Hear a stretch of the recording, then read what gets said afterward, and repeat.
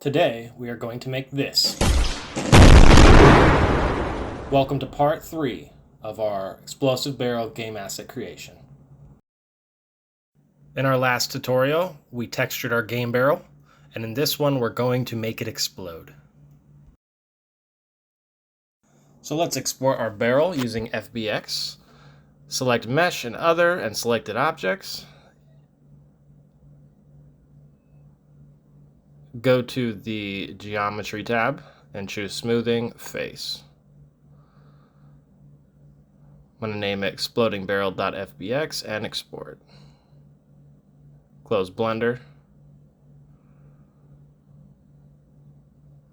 Open up Unreal Engine. This is a default first-person template. There is nothing else in the scene.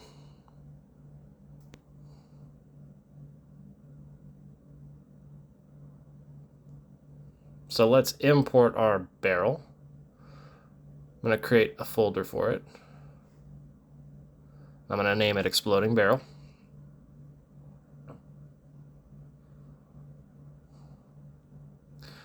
And I'm going to import the barrel that we just exported.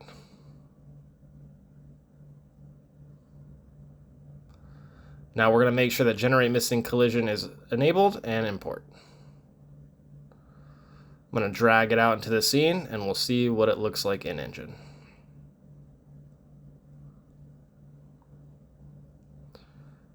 We're going to make it into a blueprint.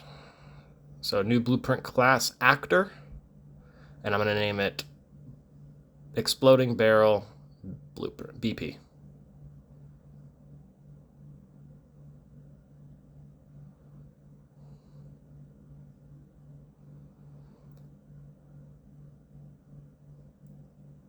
Add a static mesh.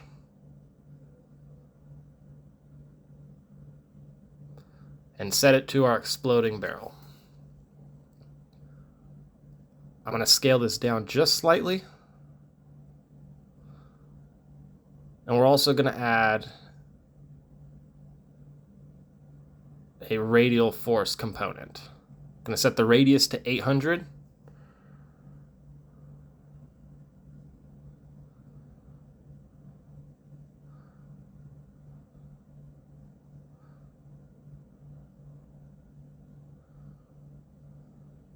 And set impulse velocity change to true.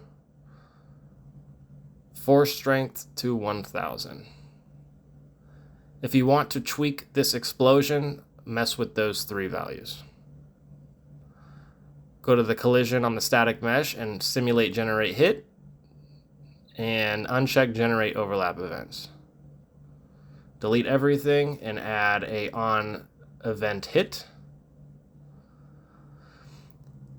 And we're going to cast to the first person projectile.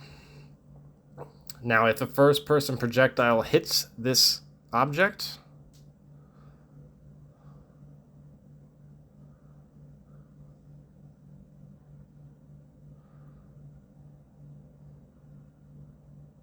we are going to play a sound at the location of the object. So get actor location.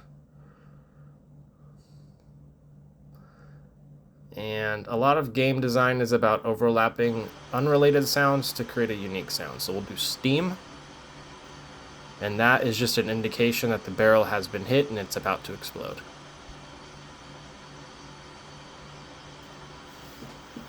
We're going to delay for half a second because we don't want it to explode right away.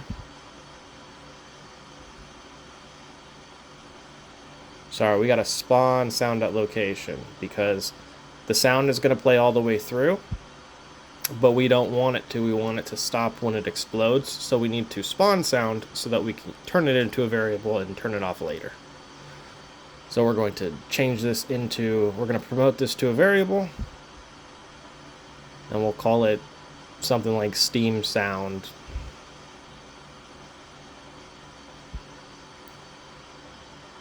We're going to delay the explosion by half a second.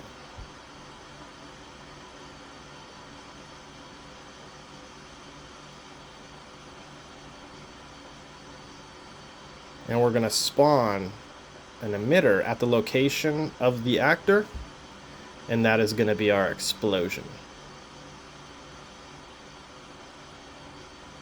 I want a big explosion, so I'm going to change the scale to 10 by 10 by 10.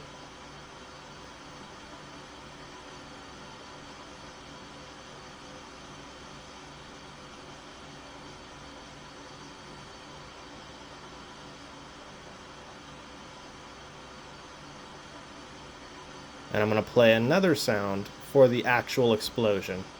And the sound is called explosion. I want it louder than it normally is, so I'm going to change the volume multiplier to 8. And I'm going to make sure that the location is at the actor location.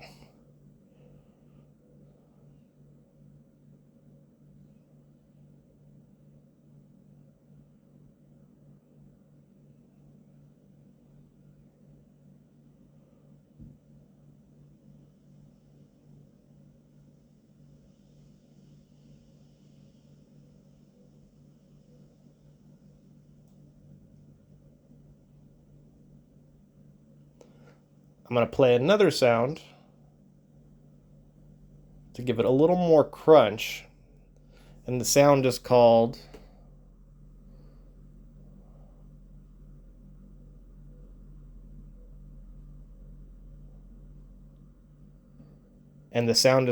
teleport committed. I'm going to increase the volume, and I'm going to lower the pitch.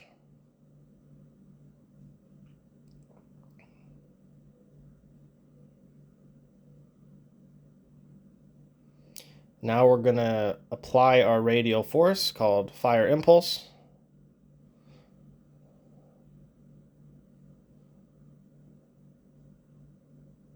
And that is going to impulse any physics objects around the radial force.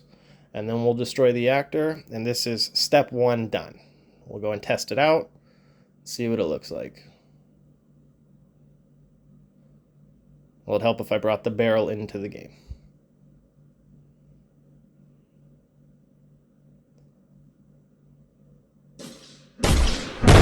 So far, so good.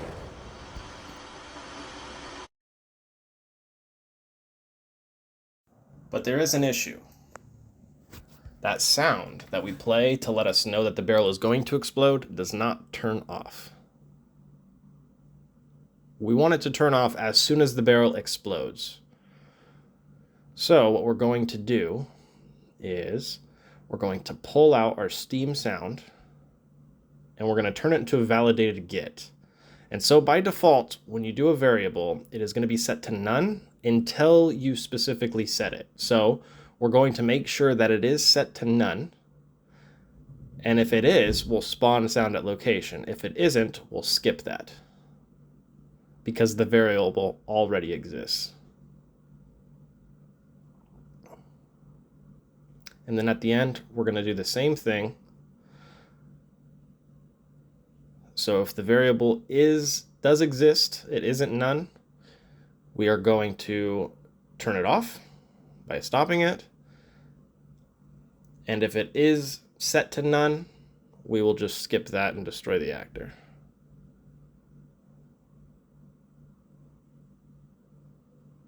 Compile, save. And now we'll try.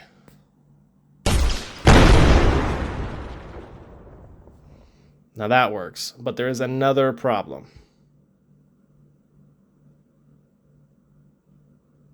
I'm going to adjust some sound settings to make it more crunchy. And there's a third problem. There is another problem that we'll face, and I'll show you here in just a second.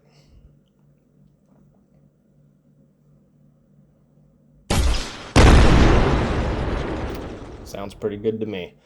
Here's the next problem. If you pull out another barrel and you put them side by side and you blow up one of the barrels, you would expect the other one to blow up too, and it doesn't. So let's fix that. In order to fix that, let's go back into our blueprint, and we're going to add a new event called event any damage.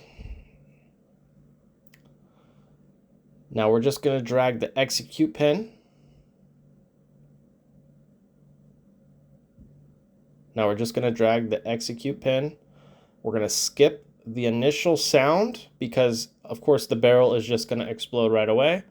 And we're going to just plug it directly into the spawn explosion. But we need to trigger the any damage event. So what we'll do is we'll create a custom event and we'll call it onExplode. And what we'll do is a multi-sphere trace by channel. The start and end location will be the actor location. That way that the sphere trace starts from the actor's origin. And then the radius will be the same as our radial force radius. Now when we choose trace channel visibility, what that means is that when you go to collision, you want visibility, trace response, to be block. Anything that has that as block will be recognized by this sphere trace. So for each object, we're going to break the hit result, and that is just information about anything we hit. And then any hit actor we get will apply damage. Connect that to loop body.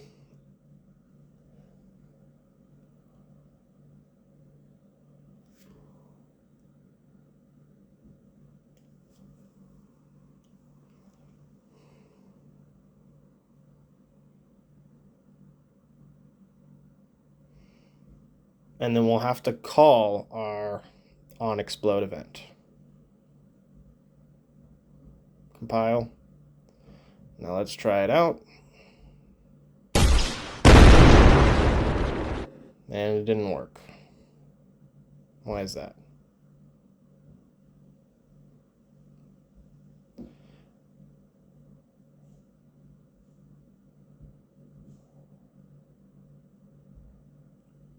Oh, on our applied damage, it says base damage 0. So it's technically not applying any damage. So we'll change that to something like 1,000. Now if we try it, it gives an infinite error. That means we have to move where we're calling that onExplode function. I'm sorry, onExplode event. So let's move it from there. Let's put it right after the delay. It's probably conflicting with the on any damage event. So we'll put it right after the delay. And that should work. Compile.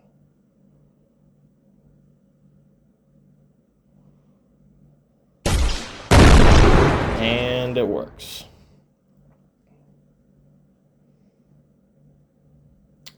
And now for the last thing we do, we can test how well it works by stacking some barrels.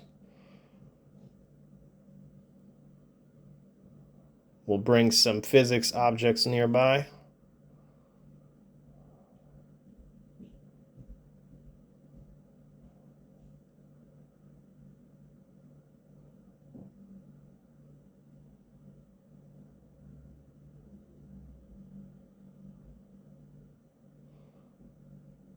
And